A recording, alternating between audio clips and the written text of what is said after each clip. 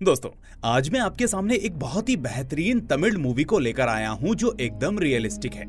साथ ही आपको ये भी नहीं लगेगा कि आप एक्सप्लेनेशन देख रहे हो, क्योंकि इसकी स्टोरी और स्क्रीन प्ले इतना जबरदस्त है जिसे मैं आपको ऐसे कहकर बता नहीं सकता, क्योंकि इसके लिए आपको इस वीडियो में बने रहना होगा। इस मूवी का नाम आप स्क्रीन पर देख सकते हैं, जबकि इसकी IMDb रेटिंग है 8.3। तो चलिए दोस्तों, शुरू करते हैं आज की ये शानदार एक्सप्लेनेशन। लेकिन उससे पहले इस वीडियो को लाइक और चैनल को सब्सक्राइब करना मत भूलना। तो मूवी की शुरुआत होती है 800 साल पहले से, जहां हमें दिखाया जाता है कि एक मुगल सुल्तान ने सैकड़ों साल पहले मदुरई पर शासन किया था और उस वक्त उसने वहां के लोगों पर बहुत ज्यादा भारी टैक्स लगाकर उनको अपना गुलाम बनाकर रखा था। लेकिन जब कुछ गांव वाले नहीं माने तो उसने धीरे धीरे गांव का सारा खाना पानी बंद कर दिया, जिस वजह से वहां रहने वाले पारमई कबीले के लोग ऊपर पहाड़ियों की तरफ चले गए, क्योंकि वहां तक उस राजा के सैनिक जा नहीं सकते थे और उनसे जोर जबरदस्ती नहीं कर सकते थे। लेकिन इस सब में दूसरी तरफ उन लोगों के लिए मुसीबतें बहुत ज्यादा बढ़ गई थी, क्योंकि ना तो उनके पास पहाड़ से आने जाने के लिए सही रास्ता था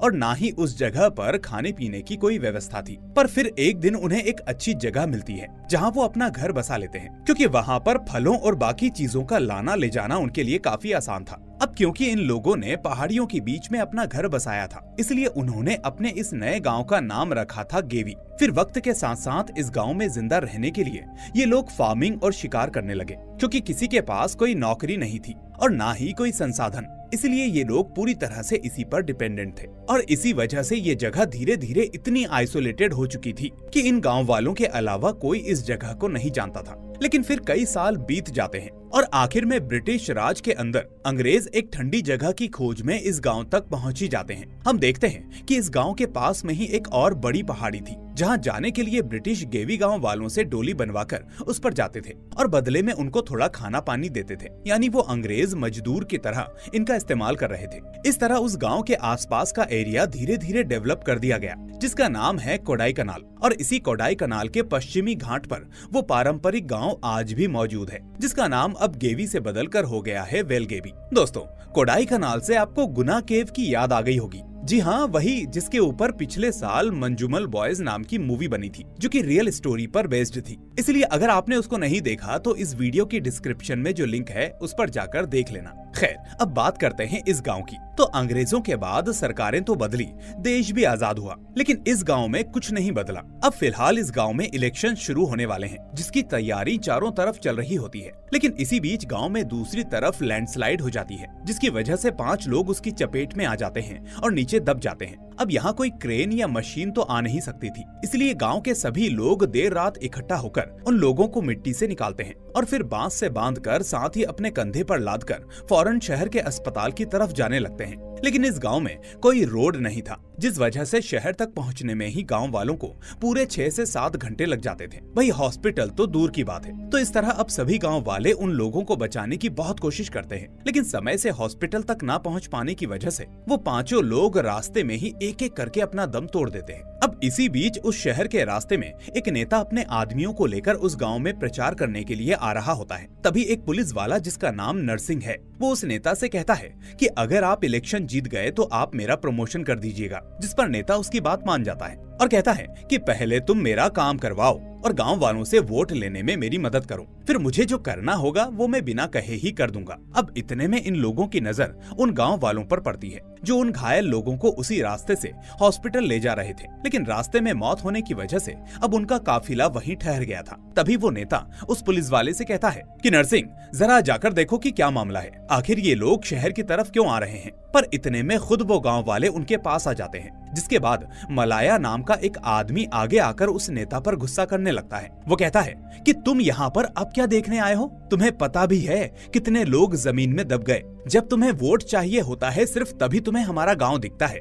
बाकी वक्त तो तुम हमें हमारे हाल पर ही छोड़ देते हो। अब ये सुनकर पुलिस इंस्पेक्टर नरसिंह मलाया को समझाता है और कहता है कि भाई, तुम इन सब के लिए नेताजी को क्यों ब्लेम कर रहे हो? ये तो प्राकृतिक आपदा है। अगर जमीन धंस गई है तो इसमें नेताजी क्या कर सकते हैं? उनका क्या कसूर है? तो मलाया पहले तो उसकी बात सुनता है और फिर कहता है कि माना नेताजी ने ये सब नहीं किया, लेकिन पिछले 5 सालों में वो जो कर सकते थे वो भी तो उन्होंने नहीं किया। अरे कम से कम आप लोग यहाँ रोड और अस्पताल तो बनवा सकते थे। ताकि हम लोगों को ऐसे ना मरना पड़ता। अब अपनी किरकिरी होते देखकर नेता कहता है कि फिक्र मत करो, इस बार के चुनाव के बाद हम तुम्हारे काम को देख लेंगे। ये सुनकर मलाया को और गुस्सा आ जाता है, क्योंकि ऐसे वादे वो बचपन से सुनता आ रहा था। इसलिए वो कहता है, यहाँ 5 लोग मर गए हैं और तुम अभी भी कह रहे हो कि हम सब देख लेंगे, यानी बस देखते रहोगे, कुछ करोगे नहीं। इसके बाद इंस्पेक्टर नरसिंह भी उससे बहस करने लगता है और इसी गुस्से में मलाया सभी लोगों के सामने नरसिंह और उस नेता को खींचकर थप्पड़ मार देता है। ये देखकर अब इन दोनों का ईगो हर्ट हो जाता है और नरसिंह भी मलाया को मारने लगता है। फिर जब गांव वाले बीच में आते हैं तो नेता के सपोर्टर भी गांव वालों पर हमला कर देते हैं। लेकिन शहर के लोग आखिर इन पहाड़ी बाजुओं का सामना कैसे करते? इस तरह अब वो गांव वाले उल्टा उन सभी सपोर्टर्स को मारना शुरू कर देते हैं। और इतना ही नहीं, वो लोग तो अपनी चप्पल निकालकर इंस्पेक्टर नरसिंह तक को नहीं छोड़ते। लेकिन फिर कैसे भी बचते बचाते सभी लोग वापस नेता के घर पर पहुंच जाते हैं, जहां नरसिंह उस नेता से कहता है कि फिक्र मत करिए नेताजी, हम उस मलाया को जिंदा नहीं छोड़ेंगे। लेकिन गुस्से में भी वो नेता अपना आपा नहीं खोता, बल्कि उल्टा उसे चुपचाप बैठने को कहता है, क्योंकि इलेक्शन सिर पर था और वो नहीं चाहता था कि इसकी वजह से कोई प्रॉब्लम हो। तभी नरसिंह उस नेता से पूछता है कि सर, उन्होंने मुझे चप्पल से मारा और आप मुझसे कह रहे हो कि मैं चुपचाप बैठ जाऊं? मैं मर्द हूँ सर, उन लोगों से डर जाऊंगा क्या? तो नेता उसे समझाता है कि उन्होंने तुझे चप्पल से मारा, लेकिन वापस तुझे जाने तो दिया, यही बहुत बड़ी बात है। अब ये सुनने के बाद नरसिंह और उसके साथी पुलिस वाले भी गुस्सा करते हैं और समझ जाते हैं कि नेताजी को पुलिस की इज्जत उछलने से कोई फर्क नहीं पड़ता, उनके लिए उनका चुनाव ही फिलहाल सब कुछ है। लेकिन नरसिंह अब सोच लेता है कि उन गांव वालों ने सभी के सामने मेरे ऊपर हाथ उठाया, इसका परिणाम उन्हें भुगतना ही होगा, इसलिए अब मैं उन्हें दिखाऊंगा कि पुलिस से कैसे पेश आते हैं। खैर, अब सीन शिफ्ट होता है और हम देखते हैं कि गांव में सभी लोग उन 5 लोगों का बड़े दुख के साथ अंतिम संस्कार करते हैं। साथ ही हम ये भी देखते हैं कि वही मलाया की वाइफ मादराई प्रेग्नेंट थी, जिस वजह से मलाया को उसकी बहुत चिंता थी, क्योंकि गांव में हॉस्पिटल न होने की वजह से कई दशकों से प्रेग्नेंट औरतों की सेहत और देखरेख सही से नहीं हो पाती थी, जिससे अब तक कई औरतों की जान भी जा चुकी थी। लेकिन ये बात जब मादराई के भाई कुडुक्का को पता चलती है तो वो मलाया से कहता है कि जीजा, तुम फिक्र मत करो, अगर उसे कुछ हुआ तो मैं ये पहाड़ी उखाड़ दूंगा, लेकिन उस पर आंच नहीं आने दूंगा। और यहाँ हम नोटिस करते हैं कि गांव में सभी लोग एकजुट होकर रहते थे और एक दूसरे को अपने परिवार के समान समझते थे। साथ ही मादराई भी अपने कोख में पल रहे बच्चे को बहुत प्यार से पाल रही थी और उसका एक ही सपना था कि जब उसका बच्चा पैदा हो तो सबसे पहले मलाया ही उसे अपने हाथों में ले। लेकिन मलाया को कोई रिस्क नहीं लेना था, इसलिए वो दोनों शहर के अंदर अस्पताल में जांच के लिए भी जाते हैं, जहां वो सीनियर लेडी डॉक्टर मादराई को बताती है कि तुम्हारी डिलीवरी को बस 1 ही महीना बचा है, इसलिए संभाल कर रहना और ठीक 1 हफ्ते पहले मेरे क्लिनिक में मिलने आ जाना। वो मलाया से कहती है कि सरकारी अस्पताल में सरकारी जैसी सुविधाएं रहती हैं, लेकिन मैं इसे अपने क्लिनिक में ले जाऊंगी क्योंकि तुम्हारी बीवी को दिक्कत हो सकती है। अब हालांकि मादराई को ऐसी कोई दिक्कत तो नहीं थी, लेकिन वो डॉक्टर अपने मुनाफे के लिए ऐसा बोल रही थी, क्योंकि वो हॉस्पिटल में कम और अपने क्लिनिक में लोगों का इलाज ज्यादा करती थी। इसी बीच हॉस्पिटल में एक नई जूनियर डॉक्टर तारा भी होती है, जिसने सिर्फ 2 महीने पहले ही यह हॉस्पिटल ज्वाइन किया था। हम देखते हैं कि वो सभी लोगों का इलाज बहुत ही ध्यान और मेहनत से कर रही होती है, जिसकी वजह से वो सीनियर डॉक्टर उसे डांटने लगती है कि एक ही दिन में इतना इलाज कर दोगी क्या कि मरीज वापस ही ना आए। कोई बात नहीं, अभी नई नई हो इसलिए जल्दी ही ये जोश खत्म हो जाएगा। खैर, उधर हॉस्पिटल से वापस जाते वक्त मलाया और उसकी वाइफ गांव की तरफ जाने के लिए उस गांव वाले पहाड़ को चढ़ने लगते हैं। लेकिन एक प्रेग्नेंट औरत के लिए पहाड़ चढ़ना कितना मुश्किल हो सकता है, ये हम सभी को पता है। अब मलाया तो रोजाना इस पहाड़ से ऊपर नीचे आता जाता था, लेकिन हर बार उसका सामान उसके पीछे बंधा होता था, जिस वजह से वो अपने पीछे चल रहे आदमी को देख नहीं पाता था। लेकिन आज जब मादराई उस पहाड़ को चढ़ रही होती है तो उसकी तकलीफ को देखकर मलाया अंदाजा लगा लेता है कि अगली बार वो उसे इस पहाड़ से इस तरह से लेकर नहीं आएगा, बल्कि कोई ना कोई दूसरा इंतजाम करेगा, क्योंकि प्रेग्नेंट लेडी के लिए ये सब घातक साबित हो सकता है। खैर, अब हम देखते हैं कि वो दोनों ही हिम्मत करके पहाड़ चढ़ जाते हैं और अपने घर पहुंच जाते हैं। वहीं मादराई का भाई कुडुक्का भी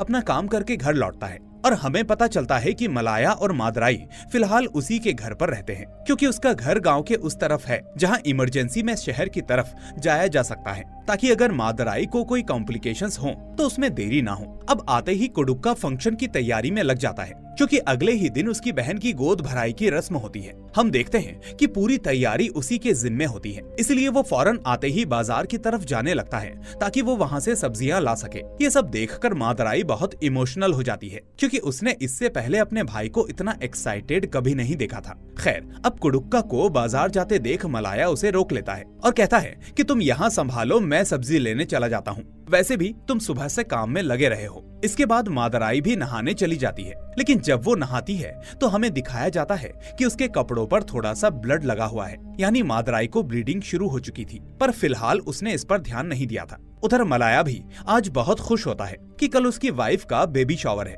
इसलिए जब वो पहाड़ से जा रहा होता है तो रास्ते में सभी को अपने फंक्शन में आने के लिए इनवाइट करता हुआ जाता है। लेकिन तभी बीच रास्ते में एक पुलिस वाला मलाया को गांव से बाहर जाते हुए देख लेता है और तुरंत इंस्पेक्टर नरसिंह को कॉल करके इस बारे में बता देता है। अब नरसिंह को तो इसी का इंतजार था, इसलिए वो बिना देरी किए अपने एक आदमी को मलाया के पीछे भेज देता है ताकि उसकी रेकी कर सके। फिर जब देर रात मलाया मार्केट से सब्जियां लेकर वापस गाँव आ रहा होता है तो बीच रास्ते में वो सारे पुलिस वाले इकट्ठा खड़े होते हैं, यानी वो पुलिस वाले पूरी प्लानिंग के साथ आए थे कि आज मलाया बचना नहीं चाहिए। वो जानते थे कि ये गांव इतना आइसोलेटेड है कि कोई मर भी जाएगा तो प्रशासन या जनता को कोई फर्क नहीं पड़ेगा। लेकिन तभी हम देखते हैं कि उनमें से एक पुलिस वाला जिसका नाम पलानी था, वो अपने सीनियर इंस्पेक्टर नरसिंह को समझाने की कोशिश करता है और उससे कहता है कि सर रहने दीजिए, मैंने मलाया के बारे में सुना है, वो अपने बचपन में ही अपने माता पिता के साथ साथ बहुत कुछ खो चुका है। आखिर ऐसे इंसान से बदला लेकर और उसे मारकर आपको क्या ही मिल जाएगा।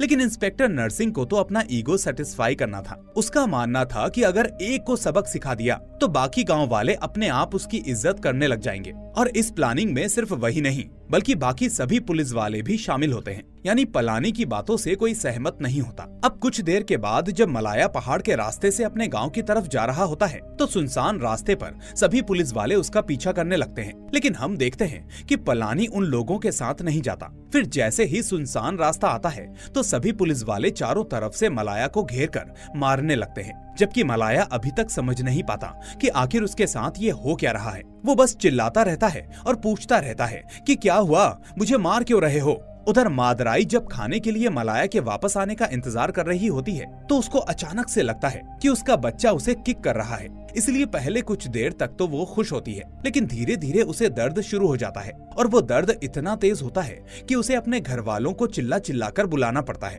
अब उसके चिल्लाने की आवाज सुनकर कुडुक्का फौरन वहाँ आता है और अपनी बहन को इस हालत में देखकर बहुत घबरा जाता है। अब वो घबराहट में रोने लगता है और फौरन पास रहने वाली अम्मा को बुलाकर लाता है। इधर पुलिस वाले लाठियों और डंडों से मलाया को मारते रहते हैं और उसे सांस लेने तक का मौका नहीं देते। इस बीच मलाया बहुत रिक्वेस्ट करता है कि मुझे छोड़ दो, मैंने क्या किया है, लेकिन वो पुलिस वाले जरा भी रहम नहीं करते। पर इतने में पलानी भी वहाँ पहुँच जाता है और समझ जाता है कि ये लोग मलाया को जान से ही मार देंगे। इसीलिए वो नरसिंह के पैरों में गिरकर मलाया को माफ करके उसे छोड़ देने की बात करता है, लेकिन नरसिंह के ऊपर कोई फर्क नहीं पड़ता और वो मलाया को नहीं छोड़ता। इसके बाद उसके लोग मलाया को घसीटते हुए जंगल के रास्ते ले जाते हैं और साथ में उसे मारते भी रहते हैं। उधर गाँव में मादराई के पास वो अम्मा आ जाती हैं और उसको चेक करने लगती हैं। इसी बीच मादराई का रो रो कर बुरा हाल हो जाता है, जिसके बाद वो अम्मा टेंशन में बाहर आती हैं और सभी को बताती हैं कि मादराई के बच्चे का कॉर्ड उसकी गर्दन में लिपट गया है, इसलिए मादराई को जल्द से जल्द अस्पताल ले जाना पड़ेगा, नहीं तो जच्चा और बच्चा दोनों को बचाना बहुत मुश्किल हो जाएगा। इसी बीच बेचारा कुडुक्का काफी डर जाता है, क्योंकि एक तरफ उसकी बहन की हालत बहुत खराब थी, दूसरी तरफ मलाया अभी वापस नहीं आया था, इसीलिए वो पैनिक में ये समझ नहीं पाता कि आखिर उसे क्या करना चाहिए। तभी हम देखते हैं कि गांव के सभी मर्द पहले तो कुडुक्का को शांत करते हैं और एक साथ इकट्ठा होकर आगे के बारे में सोचते हैं। फिर थोड़ी देर विचार करने के बाद वो मादराई को पास के मंदिर तक ले जाने का फैसला करते हैं। साथ ही वो डॉक्टर को फोन करने का फैसला लेते हैं ताकि इतनी देर में वो डॉक्टर भी उस मंदिर तक पहुंच जाए। इसलिए अब गांव वाले फौरन सरकारी अस्पताल में फोन लगाते हैं, जहां वो प्यून उनका कॉल उठाता है। अब वो उसे मादराई की कंडीशन को समझाते हुए फौरन डॉक्टर से बात करवाने के लिए कहते हैं, जिसके बाद इमरजेंसी को देखते हुए वो प्यून तुरंत उसी लेडी डॉक्टर को फोन दे देता है जिसको दिखाने के लिए मादराई शहर गई थी। खैर, अब गांव वाले उस डॉक्टर को फौरन गांव में आने के लिए कहते हैं, लेकिन वो डॉक्टर उन पर गुस्सा होकर कहती है कि तुम लोग मजाक कर रहे हो क्या? मैं उस लड़की की जान बचाने के लिए अपनी जान थोड़े दूंगी। आखिर कौन इतनी रात को उस जंगल में आएगा? एक तो मेरे पास गाड़ी नहीं है और वैसे ही ये सब मेरे बस का नहीं है, इसलिए अगर हो सके तो उसे अस्पताल ले आओ तो मैं उसे बचा लूंगी, नहीं तो इस बीच अगर वो मर गई तो वहीं कहीं गाड़ देना। तो इस तरह वो डॉक्टर वहाँ आने से मना कर देती है और अपने घर के लिए निकल जाती है। यहाँ हम देखते हैं कि उसके पास गाड़ी थी और यहाँ तक कि हॉस्पिटल में एम्बुलेंस भी मौजूद थी, लेकिन उसने जानबूझकर वहाँ जाने से मना किया था क्योंकि ये काम उसे फ्री में करना पड़ता। खैर, अब घर जाते समय वो पियून से कहती है कि अगर वापस से कोई इमरजेंसी कॉल आए तो उठाना मत, और अगर कोई यहाँ पर आ जाए तो फौरन उसे मेरे क्लिनिक में भेज देना, ये कहकर कि यहाँ पर इलाज नहीं हो पाएगा। इस बात पर पियून अपना सिर हिलाकर पहले तो हाँ में जवाब देता है और फिर अचानक उस डॉक्टर से एक दिन की छुट्टी मांगता है क्योंकि उसे लड़की वाले देखने आने वाले थे। लेकिन वो सीनियर डॉक्टर उसका मजाक उड़ाती है और कहती है तुझे कोई पसंद नहीं करेगा, इसलिए बेवजह छुट्टी मत ले और अपने काम पर ध्यान दे, और इस तरह वो उसे छुट्टी देने से मना कर देती है।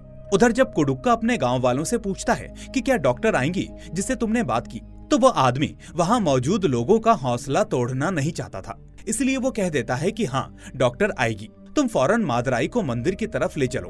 तो इस भरोसे अब सभी गांव वाले एक बांस की लकड़ी की खाट बनाकर मादराई को बांधते हैं और उस मंदिर की तरफ ले जाते हैं। साथ ही लोगों को अब फिक्र ये हो रही थी कि मलाया कहाँ रह गया और वो अभी तक आया क्यों नहीं। अब गांव के मर्द तो मादराई की देखभाल में बिजी थे, इसलिए कुछ औरतें जंगल में जाकर मलाया को ढूंढने का फैसला करती हैं। दोस्तों, रियलिटी में शहर के अंदर ये अपनापन देखना बहुत मुश्किल होता है, जबकि गांव में आज भी लोग भले ही आपस में लड़ लें, पर ऐसे मौके पर सभी साथ में आ जाते हैं। खैर, उधर जंगल में जब मलाया पिट पिट कर बेहोश हो जाता है और खुद से उठ नहीं पाता, तो नरसिंह उसे जिंदा जलाने की तैयारी करने लगता है। लेकिन इस बीच पलानी उसे फिर से रोकने की कोशिश करता है और समझाता है कि वो तो सिर्फ अपने लोगों के लिए रोड की मांग कर रहा था, अब वो उस चीज को तो मांगेगा ही जो उसकी जरूरत है। आखिर इसमें गलत क्या था सर? तो ये सुनकर नरसिंह और ज्यादा गुस्सा हो जाता है और इस बार उल्टा पलानी को भी मारने की धमकी देता है कि तुम बीच में से हट जाओ, नहीं तो तुम भी मारे जाओगे। लेकिन इस बीच जब उसकी नजर मलाया पर पड़ती है तो वो देखता है कि मलाया वहाँ से भाग चुका है, इसलिए अब सभी फौरन मलाया को ढूंढने लगते हैं और उसे देखते ही उसके पीछे भागने लगते हैं। उधर मादराई की हालत बहुत ज्यादा खराब हो रही थी क्योंकि जैसे जैसे समय बढ़ रहा था उसका दर्द भी बढ़ता जा रहा था और उसे देखने से लग रहा था कि वो इस दर्द को ज्यादा देर कंट्रोल नहीं कर पाएगी। लेकिन फिर भी सभी गांव वाले उसे हौसला दे रहे होते हैं और मोटिवेट करने की कोशिश करते हैं। वो कहते हैं कि हम कुछ ही देर में अस्पताल पहुंच जाएंगे, इसलिए तुम टेंशन मत लो। हालांकि वो बार बार पूछ रही होती है कि मेरे बच्चे को क्या हुआ, कम से कम मुझे इतना तो बता दो। लेकिन इस बात पर कोई उसे कुछ नहीं बताता, बल्कि सभी लोग जल्दी जल्दी उसे गांव से बाहर ले जाने की कोशिश कर रहे होते हैं। पर तभी अचानक मादराई का वाटर ब्रेक हो जाता है, जिसके बाद जब अम्मा उसे चेक करती हैं, तो सभी को बताती हैं कि अब मादराई ठीक से सांस नहीं ले पा रही है, जिसकी वजह से बच्चे तक भी ऑक्सीजन सही से नहीं पहुंच रहा। इसलिए जल्दी करो वरना देर हुई तो हम दोनों को खो देंगे। इसके बाद कुडुक्का रोते रोते उस आदमी को वापस से डॉक्टर को कॉल करने को कहता है जिसने पहले भी डॉक्टर से बात की थी। लेकिन अब वो आदमी उसे बताता है कि मैंने तो तुमसे झूठ बोला था भाई, सच तो यह है कि कोई डॉक्टर गांव की तरफ नहीं आ रही, क्योंकि जिसको मैंने फोन किया उसने कहा कि अगर हॉस्पिटल आ सकते हो तो आ जाओ, और अगर तब तक मादराई जिंदा रही तो मैं बच्चा बचा लूंगी, नहीं तो वहीं कहीं गाड़ देना। अब ये सुनकर गांव वाले दुखी हो जाते हैं और रोने लगते हैं क्योंकि इस वक्त सभी बहुत लाचार थे। लेकिन फिर भी कुडुक्का हार ना मानते हुए वापस एक बार फिर से उस अस्पताल में फोन करता है। अब प्यून इमरजेंसी समझते हुए फौरन उस फोन को जूनियर डॉक्टर तारा को दे देता है, जो अभी भी अपनी ड्यूटी पर तैनात थी। अब कुडुक्का रोते रोते उससे रिक्वेस्ट करता है कि मैडम आप मेरी बहन को बचा लो, वो और उसका बच्चा इस वक्त खतरे में है। इस तरह जो अम्मा ने अभी अभी बताया था वो उन्हीं चीजों को तारा को बता देता है और जल्दी से आने को कहता है। फिर जब तारा पूछती है कि अस्पताल पहुंचने में तुम्हें कितना समय लगेगा, तो कुडुक्का बताता है कि मैडम ये पॉसिबल नहीं है, क्योंकि हमारे गांव से वाहन तो दूर सड़कें भी शहर तक नहीं जाती हैं, क्योंकि अगर हम अभी मेरी बहन को लेकर आएंगे तो इस रात में हमें वहां तक पहुंचने में करीब 6 घंटे लगेंगे। तो ये सुनकर तारा उसे पास के अस्पताल में जाने के लिए कहती है, जिस पर कुडुक्का कहता है कि मैडम हम इस पहाड़ी रास्ते में कहाँ जाएं, क्योंकि यहाँ अस्पताल है ही नहीं। आप समझ क्यों नहीं रही? अब इससे पहले कि तारा कुछ कह पाती, इतने में फोन का नेटवर्क चला जाता है और दोनों की बातें बीच में रह जाती हैं। ये देखकर अब गांव के सभी लोग सोचने लगते हैं कि अब तो ऐसा लगता है कि इन्हें बचाने के लिए खुद भगवान को ही उतरना पड़ेगा। और इस तरह से सभी वहाँ पर भगवान से और अपने कुल देवता से रो रो कर प्रार्थना करने लगते हैं और फिर यही प्रार्थना उनको फिर से हिम्मत देती है, जिसके बाद सभी गांव वाले अपने आप को मजबूत करके वापस फुर्ती के साथ मादराई को लेकर अस्पताल की तरफ निकल पड़ते हैं। उधर हम देखते हैं कि अब वो प्यून भी तारा की मदद करने के लिए सामने आ जाता है। वो कहता है कि हमने चीफ मैडम को बताया, लेकिन सच कहूँ तो उन्हें इस बात से कोई मतलब नहीं, क्योंकि उनके पास ये फोन पहले भी आ चुका था जिसे वो नजरअंदाज करके चली गई थी। इसलिए मैडम, अब आप ही उस औरत और उसके बच्चे को बचा सकती हैं। ये सुनकर तारा को थोड़ी हिम्मत मिलती है और वो अब कंपाउंडर को ढूंढने लगती है ताकि उसकी मदद से गांव तक जल्दी पहुंच सके। लेकिन ये कमीना कंपाउंडर इस काम के लिए गांव जाने से मना कर देता है। अब तारा उसे समझाने की कोशिश करती है कि ये बहुत ही जरूरी इमरजेंसी केस है, हमें फौरन निकलना होगा। लेकिन कंपाउंडर कहता है कि मैडम, आप बुरा मत मानना, लेकिन आपने 2 दिन पहले ही ज्वाइन किया है और मुझे सीनियर मैडम के साथ रहने की वजह से इस बारे में ज्यादा पता है। साथ ही मुझे उस गांव के बारे में भी अच्छे से पता है। वो कहता है वहाँ से हर महीने में 2 केसेस आते हैं, जिसमें से एक पेशेंट बच जाता है और दूसरा मर जाता है। तो आप भी अपने ऊपर इतना लोड मत लो, आपकी नई उम्र है और इस उम्र में इतना प्रेशर लेना ठीक नहीं। तो ये सुनकर जूनियर डॉक्टर तारा के पास खड़ी मेड तारा से कहती है कि मैडम, आप इस आदमी को क्यों समझा रही हो, ये नहीं समझेगा। अरे मैं तो यहाँ का काम तक छोड़ देती, लेकिन मैं यहाँ इसलिए काम कर रही हूँ क्योंकि मेरा खुद का कोई बच्चा नहीं है। इसलिए जब यहाँ पर अस्पताल में हर रोज एक बच्चा पैदा होता है तो उसे मैं अपने हाथों में लेकर भगवान से प्रार्थना करती हूँ कि वो बच्चा हमेशा अपने माता पिता के साथ खुश रहे। वो आगे कहती है कि मैडम, अगर आज मैं उस बच्चे को बचाने नहीं गई तो शायद ये भगवान मुझे अगले जन्म में भी माफ नहीं करेगा। इसलिए मैं आपके साथ चलूंगी, चाहे मेरी नौकरी ही क्यों ना चली जाए। और इस तरह वो मेड जाते जाते कंपाउंडर से कहती है कि भूलो मत, तुम्हारी भी एक बेटी है जो एक ना एक दिन माँ बनेगी और तब तुम्हें इस दुख का पता चलेगा। तो इसके बाद जब वो मेड और तारा गांव की तरफ निकल रहे होते हैं, तभी पीछे पीछे कंपाउंडर भी आ जाता है और ऑक्सीजन सिलेंडर अपने कंधे पर लेकर चलने लगता है। उसे देखकर दोनों शॉक हो जाते हैं कि आखिर में ये साथ कैसे आ गया। तभी वो एकदम से कहता है कि मुझ में भी इंसानियत बाकी है। मुझे नहीं पता कि हम उस बच्चे और औरत को बचा पाएंगे या नहीं, लेकिन अगर आप कोशिश कर रही हो तो मैं भी आपके साथ चलूंगा। इस तरह अब कंपाउंडर अपने भाई को दूसरी गाड़ी मंगवाने के लिए कहता है, जिसके बाद वो सभी फौरन गाड़ी में बैठकर उस गांव की तरफ निकल पड़ते हैं। लेकिन फिर वो पास के चेक पॉइंट पर उतर जाते हैं, क्योंकि अगर वो उस चेक पॉइंट से गुजरते तो पुलिस उन्हें इस वक्त रात में पकड़ लेती। ऐसा इसीलिए क्योंकि इलेक्शन होने वाला था, इसलिए उस इलाके में रात के वक्त कैसी भी इमरजेंसी हो फिर भी गाड़ी लाने और ले जाने की मनाही थी, जब तक कि कलेक्टर के ऑर्डर ना हो। खैर, तो आगे वो डॉक्टर तारा और बाकी लोग उस चेक पॉइंट के नीचे से छुपते छुपाते निकल जाते हैं। वहीं दूसरी तरफ वो गाड़ी वाला चेक पॉइंट क्लियर करके गाड़ी लेकर पहुंच जाता है, जिसमें बैठकर सभी फिर से गांव की तरफ निकल जाते हैं। उधर हम देखते हैं कि मलाया फिर से पुलिस वालों के हाथों में आ जाता है, जिसके बाद वो उसे वापस से बुरी तरह से मारने लगते हैं। लेकिन इतने पर भी मलाया कुछ नहीं करता और चुपचाप मार खाता रहता है, बल्कि वो बीच बीच में हाथ जोड़कर रिक्वेस्ट करता है कि मुझे छोड़ दो, आखिर मेरी गलती क्या है। लेकिन वो फिर भी नहीं मानते और उसको जान से मारने की तैयारी करने लगते हैं। इधर कुडुक्का और गांव वाले जब मादराई को लेकर जा रहे होते हैं तो कुडुक्का अपने हाथ में बहुत सारा खून देखता है, जिस वजह से वो रोते रोते थोड़ी देर रुककर अम्मा को उसकी बहन को देखने के लिए कहता है। फिर अम्मा जब वापस उसे देखती है तो बताती है कि बच्चे का सिर बाहर आ गया है, इसलिए उसे समझ में नहीं आ रहा कि अब क्या करना चाहिए। लेकिन फिर भी वो मादराई को हौसला देते हुए कहती है कि बेटी, फिक्र मत कर, तुझे कुछ नहीं होगा, भगवान इतना निर्दयी नहीं है। इधर कुडुक्का रोते हुए कहता है कि बहन, तुमने इस बच्चे को कितने प्यार से अपने पेट में रखा और मैंने भी तुम्हारे पति से वादा किया था कि अगर तुम्हें कुछ हुआ तो मैं ये पहाड़ तक उखाड़ दूंगा, इसलिए मैं वो सब ट्राई करूंगा जो तुम्हें बचा सकता है, तुम फिक्र मत करो। ये सुनकर मादराई अपने भाई से कहती है, मुझे चाहे कुछ हो जाए भैया, लेकिन मेरे बच्चे को बचा लो। इसके बाद कुडुक्का फिर से डॉक्टर को कॉल करता है, जहां उसे पता चलता है कि डॉक्टर भी पहाड़ी के रास्ते से वहां आ रही है। इसलिए तब तक वो तारा की बात कॉल करके उस अम्मा से करवाता है, जो अभी तक मादराई पर नजर बनाए हुए थी। और जैसे ही अम्मा उसे कॉल पर सारी सिचुएशन समझा देती हैं, तो तारा काफी घबरा जाती है। वो अब अम्मा से कहती है कि आपको मेरे आने तक उस बच्चे को थोड़ा अंदर धकेलना होगा, क्योंकि अगर वो बाहर नहीं आया और वहाँ बीच में ज्यादा देर तक रुक गया तो भी बच्चे की माँ को खतरा होगा, साथ ही इस बच्चे को भी इन्फेक्शन का खतरा होगा। इसलिए कोशिश करो कि आप उस बच्चे को थोड़ा अंदर पुश करो। हालांकि अम्मा ने ये काम कभी नहीं किया था और ना ही इसके बारे में सुना था, इसलिए वो एक बार फिर से तारा से कंफर्म करती हैं, बेटा क्या ऐसा करना सही होगा?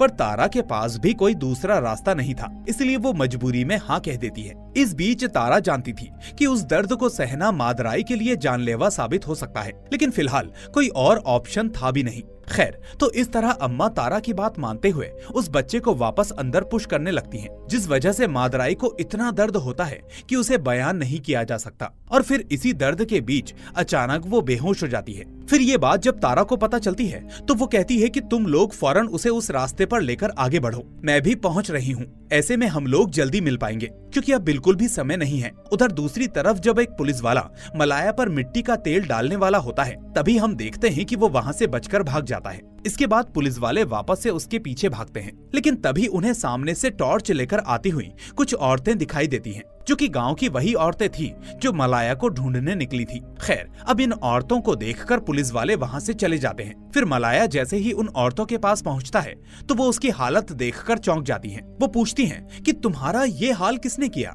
लेकिन मलाया अपनी चिंता की बजाय सीधा मादराई के बारे में पूछता है, जिस पर गांव की औरतें उसे बताती हैं कि उसे दर्द शुरू हो गया था, इसलिए गांव वाले उसे अस्पताल ले गए हैं। तो ये सुनते ही मलाया अपनी फिक्र किए बिना फौरन अस्पताल की तरफ निकल पड़ता है, जबकि वो ये जानता था कि अगर वो वापस उस रास्ते पर गया तो वो पुलिस वाले उसे पकड़ लेंगे। इधर डॉक्टर तारा और उसकी टीम उस लोकेशन पर पहुंच जाती है जहां गांव वाले उनके लिए आने का इंतजार कर रहे थे। तभी तारा देखती है कि बहुत सारे लोग उनकी तरफ आ रहे हैं। वो ये देखकर चौंक जाती है कि एक औरत को बचाने के लिए पूरा गांव एक साथ आ रहा है। ये देखकर वो खुश भी होती है और दुखी भी। खैर, अब जैसे ही मादराई आती है तो तारा उसका ट्रीटमेंट शुरू कर देती है। वो सबसे पहले ऑक्सीजन मास्क लगाकर उसे रिलैक्स फील करवाती है, जबकि इस बीच मादराई डॉक्टर तारा से कहती है कि मैडम, मुझे चाहे कुछ भी हो जाए, लेकिन मेरे बच्चे को जरूर बचा लेना, जिस पर तारा उसे तसल्ली देने लगती है। उधर हम देखते हैं कि मलाया को पुलिस फिर से घेर लेती है, जिसके बाद वो रिक्वेस्ट करता है कि साहब मुझे जाने दो,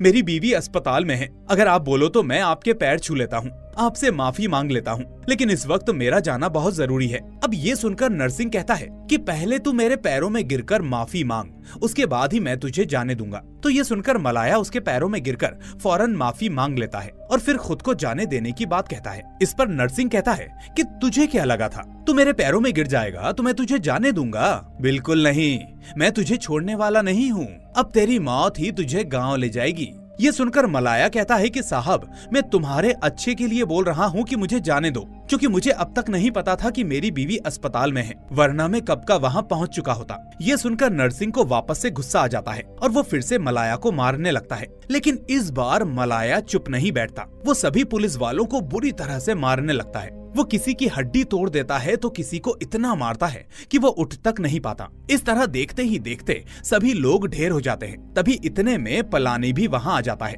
जो उसे रोकते हुए कहता है कि तुम इनके जैसे नहीं हो, इसलिए इन्हें छोड़ दो। तो मलाया उन सभी से कहता है कि तुम लोग मुझे किस लिए मार रहे थे, क्योंकि मैंने अपने हक की आवाज उठाई। आखिर इसमें मैंने गलत क्या किया? क्या अपना हक मांगना गलत है? वो कहता है कि मैंने अपनी वाइफ के बेबी शॉवर के लिए अच्छे से अरेंजमेंट किया था, लेकिन जब मैं गांव गया तो पता चला कि गांव वाले मेरी वाइफ को अस्पताल ले गए हैं। जरा सोचो, अगर हमारे पास अपना अस्पताल होता तो हम तुम्हारे टाउन के अस्पताल में क्यों आते? अब ये सब सुनकर पलानी नरसिंह से कहता है, तुम लोग अथॉरिटी करते रहते हो, लेकिन अब पता चल गया ना कि अगर इन लोगों ने अपनी पावर दिखा दी तो तुम सबका क्या होगा। इस तरह अब वो मलाया से कहता है कि तुम यहाँ से जाओ, तुम्हारी बीवी को तुम्हारी जरूरत है। और ये सुनते ही मलाया फिर से अस्पताल की तरफ निकल जाता है। उधर डॉक्टर तारा मादराई को सपोर्ट और मोटिवेट कर रही होती है कि तुम्हें कुछ नहीं होगा और ना ही तुम्हारे बच्चे को, तुम बस पुश करो। अब मादराई काफी देर से बहुत दर्द में होती है, लेकिन फिर भी वो अपनी पूरी ताकत लगा देती है। फिर इसके कुछ देर बाद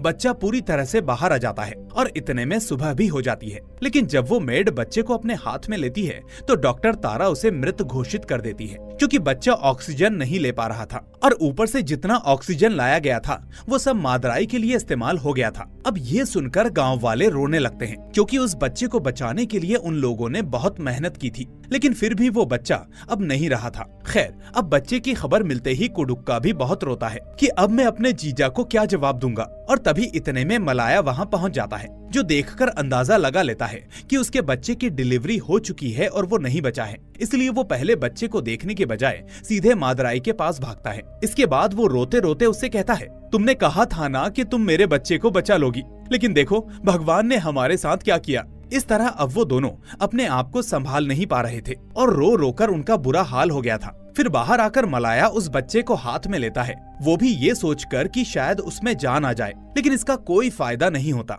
जिसके बाद वो अंदर से बहुत टूट जाता है। इस वक्त उसको इतना दर्द महसूस होता है जितना उसने मार खाते वक्त भी महसूस नहीं किया था। फिर हम देखते हैं कि गांव वाले जबरदस्ती मलाया के हाथों से उस बच्चे को लेते हैं और उसे जमीन में गाड़कर उसका अंतिम संस्कार कर देते हैं। और ये सब होते ही अचानक वहाँ इलेक्शन कमीशन वाले अपनी वोट डालने की मशीन लेकर पहुँच जाते हैं, लेकिन इस बार मलाया उन्हें वहाँ से भगा देता है, क्योंकि इस वक्त उसके मन में गुस्सा और दुख दोनों ही साथ होते हैं। और इसी के साथ ये मूवी यहीं पर एंड हो जाती है। तो दोस्तों, आपको ये सुपर रियलिस्टिक मूवी कैसी लगी मुझे कमेंट करके जरूर बताएं। साथ ही इस वीडियो को लाइक करके अपने दोस्तों के साथ भी इसे शेयर कर दें। और चैनल को अब तक सब्सक्राइब नहीं किया है तो फटाफट सब्सक्राइब करके नोटिफिकेशन बेल को भी दबा दें, ताकि ऐसी ही मूवीज आपसे कभी मिस ना हो। तो अब मैं मिलूंगा आपसे अगली ऐसी ही शानदार मूवी के साथ। Till then take care and thanks for watching.